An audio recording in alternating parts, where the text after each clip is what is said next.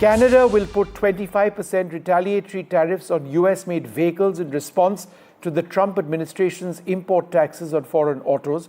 This after the Canadian Prime Minister Mark Carney had vowed to retaliate to tariffs issued by the US President Donald Trump soon, with purpose and with force. Remember, 4 Republican US senators had broken ranks and voted with the Democrats in an effort to block President Trump's tariffs against Canada.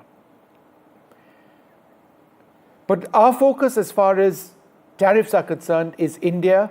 President Trump earlier today announced a 26% tariff on Indian imports effective on the 9th of this month onwards. This targets India's $87 billion export market. But what are the likely impacts of this? For starters, India has struck a fairly conciliatory tone, saying that they are analyzing what this is all about and would perhaps like to work through it given the broader strategic relationship between India and the US. Gurcharan Das and Shankar Iyer with us. Shankar Iyer, let me ask you first, from your basic understanding of these tariffs and India, which sectors get impacted worst? Well, the exporting sectors, gems, jewelry, textiles, garments, automobiles, auto components, electronic components. We're manufacturing iPhones now, components of which are partly Chinese, partly Korean, and partly Indian. So I don't know how the Trump government is going to analyze that point of origin. Well, other than that, there are other issues that the Trump government is targeting.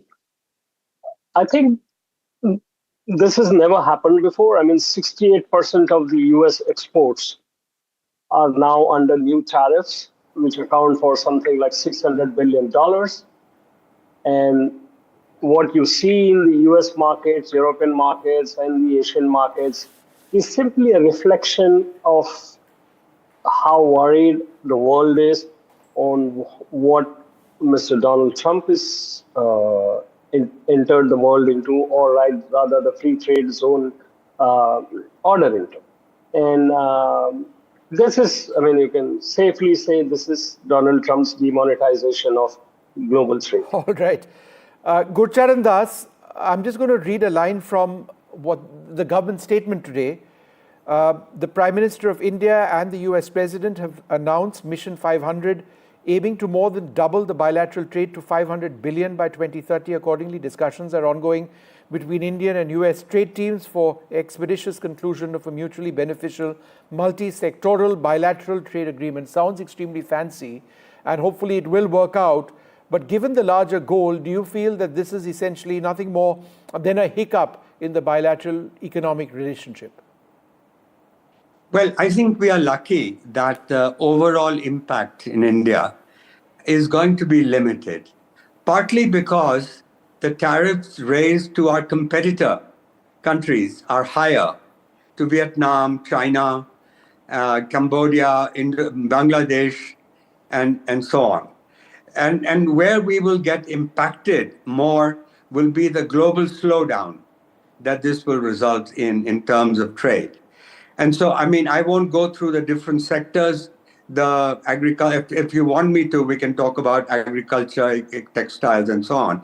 But I think overall, my view is that this is a good thing.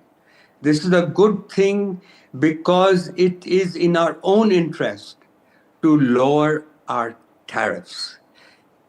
And we have not been successful as an exporting nation, partly because we have not been able to join the global value chains.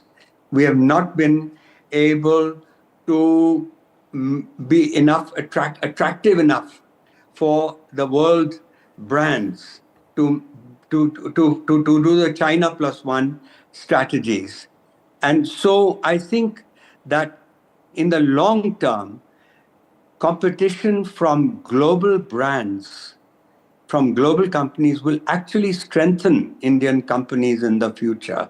Competition, you know, is the best school for becoming a stronger business.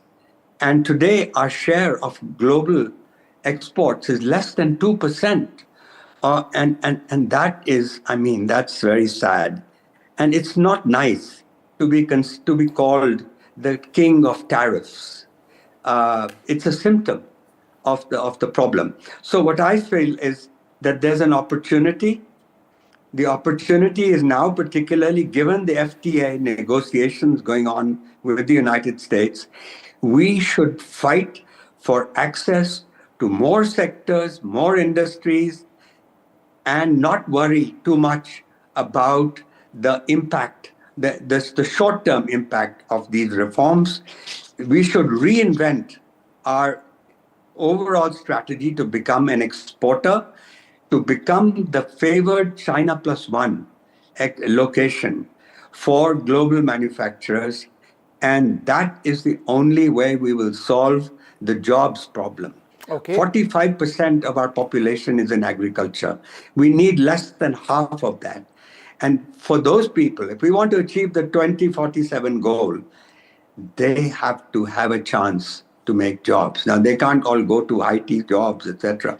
So the fact is we have not created an industrial revolution yet. And unless we do that, we will not achieve the 2047. In other words, middle class is now 30%. We've done well. Right. We have raised our middle class from 10 to 30%.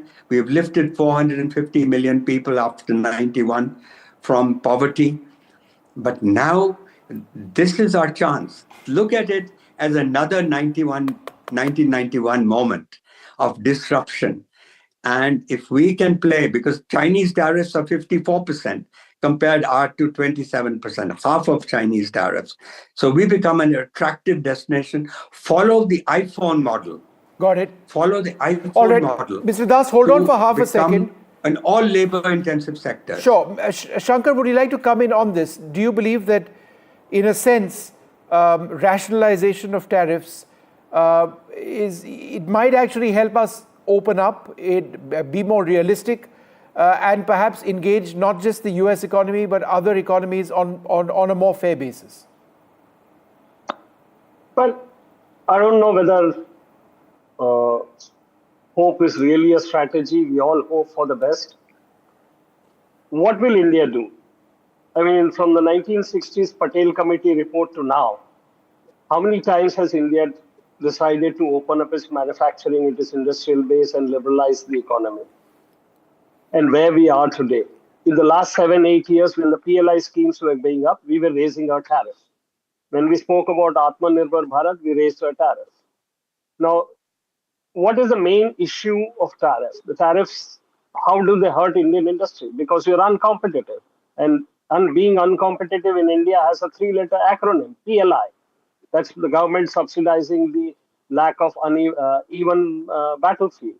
What do the Indian industry want? They want the same tools as the global players have, which is fairly priced capital, fairly priced energy, fairly priced thing. Now, all of these people who want to do globalize, let's look at the data. The data says that India is the only country where energy, which is a major input for manufacturing, is not available for set-off. India is the only country where you can start a business, but to run a business, you will face 69,000 compliance requests. India is the only country where to start a factory, you need 90 plus clearances. So why aren't we massively industrialized? We are massively urbanized. Why is the urbanization data not matched with the industrialization data? All right, important points over there, Shankar.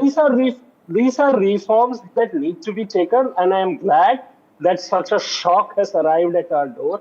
Hopefully somebody will wake up. Hopefully somebody will do something. All right, I just need to, as we wrap this up, take a look at exactly what Donald Trump had to say earlier on in the day. In other words, they charge us, we charge them. Very friendly, they rip us. But now we're going to charge. India, very, very tough, very, very tough. Prime Minister just left. He's a great friend of mine, but I said, you're a friend of mine, but you're not treating us right. They charge us 52%. You have to understand, we charge them almost nothing. D-Day is here. US President Donald Trump announced a salvo of fresh tariffs targeting over 185 countries across the globe, including US allies such as India. The US has imposed a 26% discounted reciprocal tariff on New Delhi, but exempting essential and strategic items such as pharmaceuticals, semiconductors, and energy products like oil, gas, and LNG. Despite the fresh tariffs, New Delhi is not concerned. India was quick to respond to the tariffs, downplaying the impact of the fresh levies. The Commerce Ministry is carefully assessing the implications, taking feedback from all stakeholders and studying any opportunities that could arise. India also reiterated the importance of its partnership with Washington. Yet, Trump's Make America Wealthy Again pitch has left the world in a fix. Putting America first. The 78-year-old president imposed an additional 34% tariffs on imports from China, on top of the existing 20% tariffs already in effect, as well as 20% tariffs on the European Union, two of US's main trade partners. And countries are not taking it lying down, with some vowing to retaliate, while others hoping to reach a pact with the dealmaker. Meanwhile, stock markets fell around the world, with Japan's benchmark Nikkei 225 index closing 2.8% down, London's FTSE 100 falling 1.3%, and US's S&P 500 futures closing 3% lower. With India and the US trying to negotiate a trade pact, one will have to wait and watch to see if India will be willing to cut duties on key exports and what this will mean for the economy. Disha Bagchi for NDTV.